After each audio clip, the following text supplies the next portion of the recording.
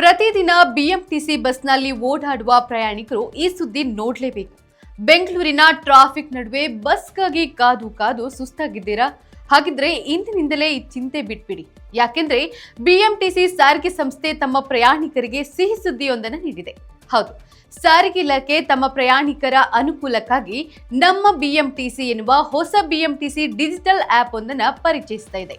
ಈ ಮೊದಲು ಇದ್ದ ಆಪ್ನಲ್ಲಿ ಕೇವಲ 3,500 ಬಸ್ಗಳ ಮಾಹಿತಿ ದೊರೆಯುತ್ತಿತ್ತು. ನಂತರ ತಾಂತ್ರಿಕ ಕಾರಣದಿಂದ ಜನವರಿ 15ರಿಂದ 25ರವರೆಗೂ ಈ ಆಪ್ ಅನ್ನ ಸ್ಥಗಿತಗೊಳಿಸಲಾಗಿತ್ತು.